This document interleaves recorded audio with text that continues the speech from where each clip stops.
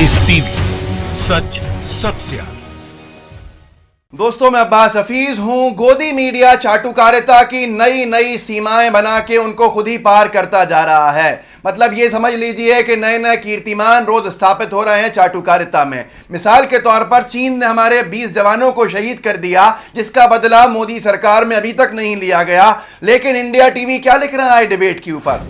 चीन ने खुद माना नरेंद्र मोदी से डर लगता है। देखिए आपकी स्क्रीन पर। अरे भैया, चीन ने कहां कह दिया कि नरेंद्र मोदी से डर लगता है, लेकिन इंडिया टीवी डंके की चोट पे दिखा रहा है कि चीन ने खुद माना नरेंद्र मोदी से डर लगता है। वहीं साथ के साथ कुछ दिन पहले रजत शर्मा जी ने ट्वीट किया था।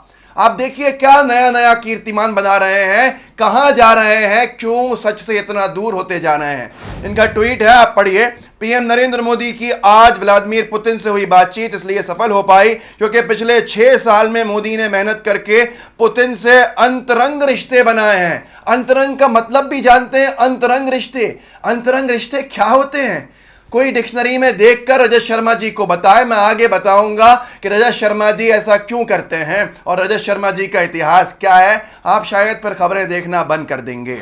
और इसके साथ साथ रजत शर्मा जी ने, जिन्होंने कह दिया कि मोदी जी ने पुतिन से अंतरंग रिश्ते बनाए हैं और कोई उनसे सवाल भी नहीं कर सकता, अगला ट्वीट किया जो कल किया, उसमें था परसों किया, पिछले 60 साल में चीन ने हमारी जमीन पर कई बार कब्जा किया। रजत शर्मा जी ने तो पहले कभी नहीं दिखाया था ऐसा, आज कह रहे हैं। आंखें दिखाई, हमने कभी करारा जवाब नहीं दिया। रजत शर्मा जी के हिसाब से भारत की सेना ने कभी जवाब ही नहीं दिया था। 70 साल से सेना के वहां पिकनिक मना रही थी रजत जी। आगे लिखते हैं रजत जी, इस बार मोदी ने हिम्मत दिखाई, चीन के हाथ मरोड़े, चीन के हाथ मरोड़े तो टैंक और टेंट वापस चले गए।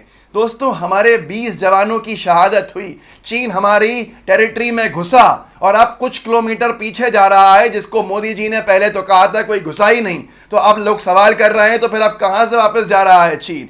नीचे शिल्पा राजपूत लिखती हैं, इससे ज्यादा और नीचे गिर सकते हो बे शर्मा, या ये तुम्हारी लिमिट है चाटुकारिता की? इंतहा कर दी है। लेकिन आपको जान के हैरानी होगी कि रजत शर्मा जी क्यों ना करेंगे। रजत शर्मा जी का क्या रिश्ता है भाजपा से, मैं बताऊंगा आपको। लेकिन उससे पहले जिस तरह की मीडिया रिपोर्टिंग कर रही है, हमारे पास भी हम कह देते हैं सूत्रों से खबर आई है, बल्कि जिनपिंग की मम्मी ने हमें फोन किया। जिनपिंग की मम्मी ने बोला कि जिनपिंग बहुत डरा हुआ है, कहीं रात में सोते में हार्ट अटैक नहीं आ जाए, अपने कमरे में सोता भी नहीं है, मोदी जी के नाम से उसको डर लगता है। और जिनपिंग के लिए कम से कम बात करो, मोदी जी से कहो कि वो उससे बात करें। अब जब मोदी जी ने बात कर ली तो पता चला कि वो तो बिस्तर में सूसू कर देता था मोदी जी की आवाज से, मोदी जी के नाम से जिनपिंग। जब बात की तो मोदी जी ने कहा, बेटा जिनपिंग कुछ मत करो, 2 किलोमीटर पीछे हट जाओ, 2 किलोमीटर पीछे हट जाओ, कुछ नहीं तुमसे कुछ कहेंगे। जिसके बाद जिनपिंग ने अपनी फौज को पीछे हटा लिया और अब जिनपिंग की मम्मी का कहना है कि जिनपिंग अब अच्छे से टीवी भी देखता है, अपने कमरे में सोने लगा है और वो अब खुश है, अब उसको कोई डर नहीं है। और जिनपिंग की मम्मी भी सूत्र बताते हैं कि अब क्योंकि सास भी कभी बहू थी सीरियल देख रही है। हंसी मत, ये सच्चाई है। हम भी कह सकते हैं ना कि ये सच्चाई है। जब मीडिया इस तरह के झूठ फैला रही है तो हम भी झूठ बोल देते हैं, इसको भी सच मान लीजिए। ये है कि आप क्या हर किसी बात को सच मान लेंगे? कैसे लिख सकते हैं कि चीन ने खुद माना नरेंद्र मोदी से डर लगता है? अगर ये ऐसा लिख रहा है तो फिर हम भी ये कहने लगते हैं। तो आपको बताता हूं कि रजत शर्मा जी का मामला क्या है। ऐसे व्यंग समझिए और व्यंग को, खबरों को सच मत मानिए, व्यंग को व्यंग ही मान के चलिए। न किसी के पास कोई फोन आता है, न सूत्र ऐसे होते हैं जो ये जानकारी देते हैं कि चीन ने, क्या कमरे में बंद होके बोला चीन ने कि मोदी जी से डर लगता है? रजत शर्मा जी क्या हैं?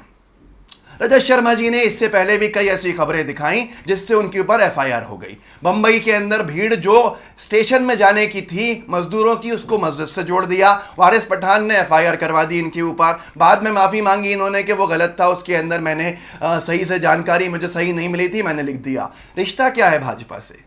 रजत शर्मा जी छात्र राजनीति जब करते थे तो छात्र राजनीति में अरुण जेटली जी के साथ वो भारतीय जनता युवा मोर्चा या अखिल भारतीय विद्यार्थी परिषद जो भाजपा का युवा और छात्र इकाई है उसमें राजनीति करते थे, और जहां तक हमारी जानकारी है स्कूल कॉलेज यूनियन के इलेक्शन में भी बढ़ चढ़ के हिस्सा लिया और चुनाव भी जीते हैं। तो अब रजत शर्मा जी के आप देखते हैं कैसे स्वागत करते हैं आपके दलत में भाजपा नेताओं का, या वो रामदेव जी हो या आचार्य बालकृष्णन हो, अगर वो गए हों तो तमाम लोगों का, और थर्ड डिग्री लगा देते हैं दूसरे लोगों के ऊपर। रजत जी, हमें आपसे कोई आपत्ति नहीं है, कोई शिकायत नहीं है, या तो चैनल के ऊपर व्यंग बात करना शुरू कर दी जाए जिससे कि लोग गलत नहीं समझें, लोगों को सच खबरें देखने के लिए वो कहीं और देख लें। लेकिन अगर इस तरह की बातें करना है, बहुत ज़माना हो गया भाजपा छोड़े हुए, फिर अरुण जेटली जी की करीबी होने की वजह से DDCA के अध्यक्ष भी बनाए गए, जिस तरह की खबरें आई थी।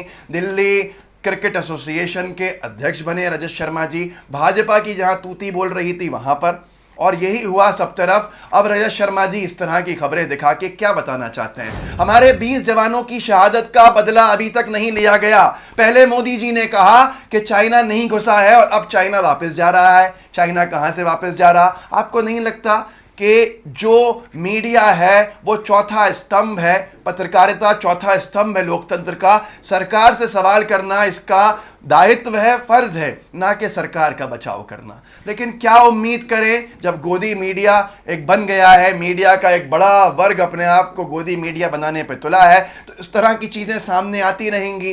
दोस्तों, आप भी देखा कीजिए चैनल, तो सिर्फ इसलिए देखा कीजिए कि मनोरंजन हो आपका, लेकिन अगर आपको खबरें देखनी है तो फिर आप यूट्यूब पे बहुत से लोग हैं जिनको देख लीजिए ताकि आपको सच्ची खबरें दिखें। सोशल मीडिया के ऊपर क्रॉस चेक करके कुछ लोगों को फॉलो करके उनसे खबरें लेने लगिए ताकि आपको सही खबरें मिलें। अंतर्राष्ट्रीय स्तर के ऊपर कुछ और छप रहा है, और हमारे इधर बताया जा रहा है कि चीन मोदी जी से डर गया। चीन ने कहा उसको मोदी जी से डर लगता है।